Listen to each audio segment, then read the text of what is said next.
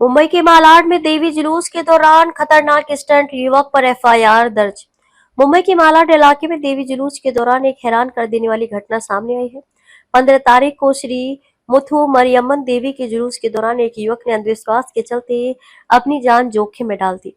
जानकारी के मुताबिक 23 वर्षीय अल्ताफ रईस खान ने अपनी मनोकामना पूरी करने के लिए अपने पूरे शरीर में हुक लगवाकर क्रेन के सहारे हवा में लटकते हुए जुलूस में हिस्सा लिया। ये दृश्य देखने वालों के लिए चौंकाने वाला था और इससे उसकी जान को गंभीर खतरा पैदा हो गया था। इस खतरनाक कृत्य को गंभीरता से लेते हुए मालाड पुलिस ने युवक के खिलाफ मामला दर्ज कर लिया है। पुलिस का कहना है कि इस तरह के स्टंट न सिर्फ खुद के लिए बल्कि सार्वजनिक सुरक्षा के लिए भी खतरा होते हैं। फिलहाल पुलिस मामले की जांच कर रही है और आगे की कार्यवाही जारी है। सर एक काम 15 तारखेला मरियम्मन देवीची मिरवणूक होती. सदर मिरवणुकीच्या अनुषंगाने आयोजकांनी पोलिसांची कारवाई घेतली होती.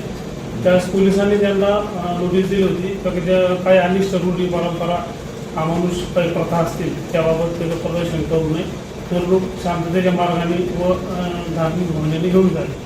पण त्या मिरवणुकीदरम्यान असं पोलीस बंदोबस्तमध्ये असलेल्या कर्मचाऱ्यांच्या अधिकाऱ्यांच्या असं लक्षात आलं तर त्याच्यामध्ये अंगामध्ये खिळे, तारा वगैरे टोचून किंवा पाठीला हुक लावून करेंदा आखून असं नळबरी व अनिष्ट रूढी परंपरा या प्रकारे अमानुष परंपरा याच्या अनुषंगाने मिरवणुकीमध्ये प्रदर्शन करताना मिळून आल्याने त्यांना त्याच ठिकाणी थांबून सध्याचा प्रकार हा चुकीचा असल्याबाबत पोलीस अधिकाऱ्यांनी सांगितलं. पण तरीसुद्धा त्यांनी सध्याचा प्रकार हा चालू ठेवल्याने त्याबाबत पोलीस स्टेशनला गुन्हा दाखल केला. त्यामध्ये मिरवणुकीचे आयोजक तसेच ज्याला असं पाठीला हुक लावून क्रेनला अटकावलं होतं तो मुलगा आणि क्रेन मालक त्यांच्याविरुद्ध अनिष्ट रूढी परंपरा व नरबळी या कायद्यामुळे गुन्हा दाखल करण्यात आला आहे.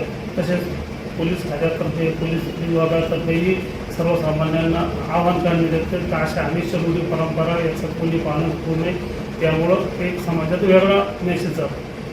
ज्यांनी हुक लावलं होतं त्यांच्या पार्श्वभूमी काय आहे, काय करत होता, कशासाठी लावलं होतं, काय सांगितलं त्यांनी? त्याबाबत त्याला विचारणा केला असता त्यांनी सांगितलं तुम्ही मरियम्मा देवीच्या मन्नत मागितलेली आहे.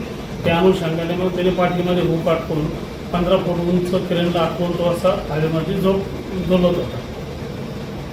देवी के शोभा यात्रा के दौरान एक मामला दर्ज किया गया है. पूरा मामला क्या था, क्या कहेंगे? मालाड पुलिस स्टेशन के हद में एक मरियम्मा देवी का धार्मिक जुलूस था. उस जुलूस को उन्होंने पुलिस स्टेशन की परवानगी मांगी थी. पुलिस ने उनको पूरे कंडीशन और ये शर्त आटी डाल के परमिशन दी थी, लेकिन उन्होंने उसका उल्लंघन करके जो जुलूस है देवी का, मरियम्मा देवी का, उसमें उन्होंने जो नलबरी और मानवीय आदमी को जो कष्ट पहुंचाए ऐसे हुक और रॉड लगा के उसका ये किया है. उसके बारे में तो उसमें एफआईआर दर्ज हुआ है. जिन्होंने ये जुलूस निकाला है वो और जो क्रेन का मालिक है वो और जिन्होंने उसके पीठ में हुक लगा के क्रेन को लटक गए थे उनके खिलाफ एफआईआर दर्ज हुआ है. अमरोहा के हसनपुर क्षेत्र से एक बड़ी खबर सामने आई है, जहां बिजली विभाग की लापरवाही के चलते किसान की साल भर की मेहनत कुछ ही मिनटों में राख हो गई। हाई टेंशन लाइन का तार टूटने से गेहूं की फसल में भीषण आग लग गई, जिसमें किसान के बेटे के झुलसने की भी खबर है। हसनपुर तहसील के गांव इकौंदा में शनिवार को बड़ा हादसा हो गया। खेत के ऊपर से गुजर रही 11,000 वोल्ट की हाई टेंशन लाइन का तार अचानक टूटकर नीचे गिर गया। तार से निकली चिंगारी ने खेत में रखी कटी हुई गेहूं की फसल को अपनी चपेट में ले लिया। देखते देखते आग ने विकराल रूप ले लिया और किसान राजपाल सिंह की करीब 12 बीघा गेहूं की फसल जलकर पूरी तरह खाक हो गई।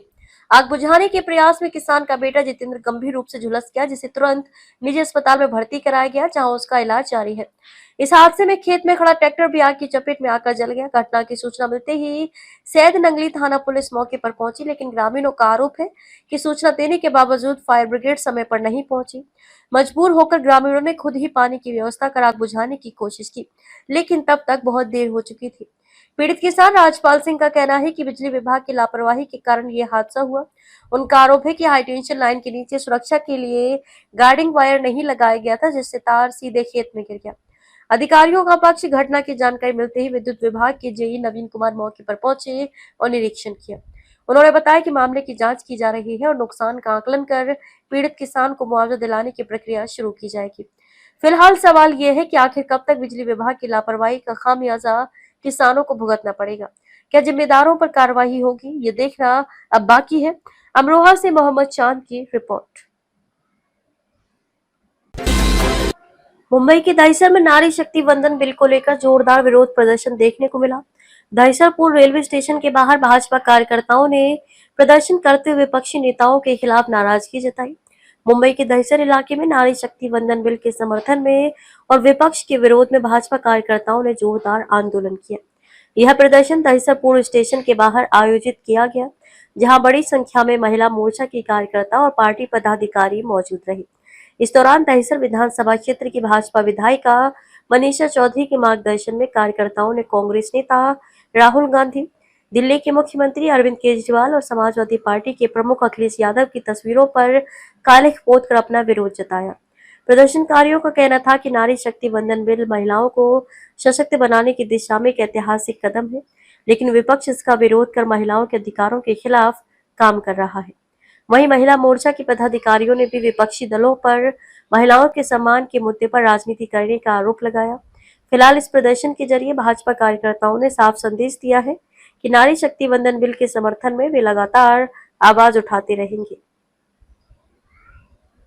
संविधान के माध्यम से इस विधेयक पास करने के लिए 3/4 मेजॉरिटी चाहिए।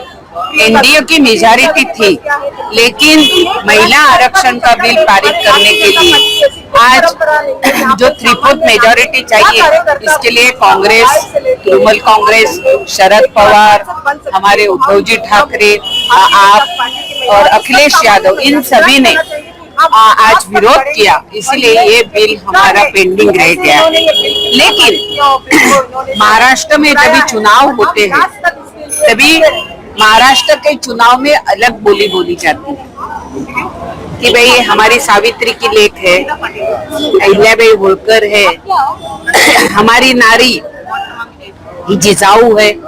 लेकिन चुनाव के टाइम जो महिलाओं को सम्मान देते, वो आज बिल पारित होने में उन्होंने उनका विरोध दर्शाया। इसीलिए इसका निषेध करने के लिए आज हम लोग रास्ते पे उतरे। किस तरह का विरोध कर रहा है, कैसे कर रहा है? जिन विपक्ष लोगों ने ये हमारे बिल को विरोध किया, इनको जब तक हमको आरक्षण नहीं मिलता है, तब तक हम रास्ते पे उतर के हमारा विरोध बताएंगे। वंदन ये जो अधिनियम पारित होने वाला था, इसका सपना कब से शुरू हुआ? जब भारत रत्न डॉक्टर बाबा साहेब आम्बेडकर ने हमें संविधान में महिलाओं को और पुरुषों को समान हक देने का संविधान सामने रखा। उनका सपना आगे लेते हुए माजी पंतप्रधान हमारे अटल बिहारी वाजपेयी जी ने ये बिल संसद में रखा हुआ था। लेकिन तभी के सरकार ने, तभी के कांग्रेसी झूठी सरकार ने उनको तभी भी विरोध किया था। और आज जब हमारे देश के प्रधानमंत्री श्री नरेंद्र मोदी जी ने ये सपना रखा कि पंचायत से संसद तक हमारी महिलाओं को न्याय मिलना चाहिए, 33% आरक्षण मिलना चाहिए, उसी टाइम पे इन्होंने अपना सही काला रूप दिखा दिया है विरोधकों ने।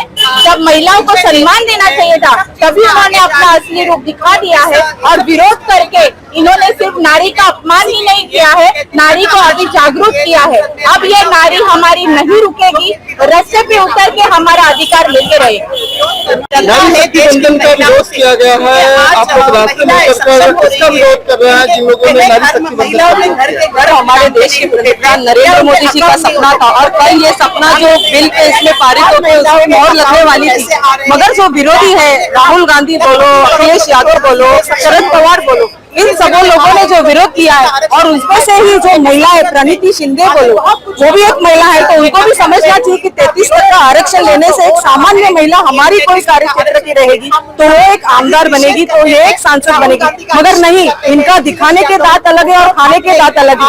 मगर ये हम भारतीय जनता पार्टी और हमारी जो सभी महिलाएं हैं, उनको ये कहना चाहेंगे कि हम ये जो लड़ाई है, ये सब सामान्य, हम हमारा अधिकार जरूर लेंगे और ये बिल को पारित करते ही रहेंगे।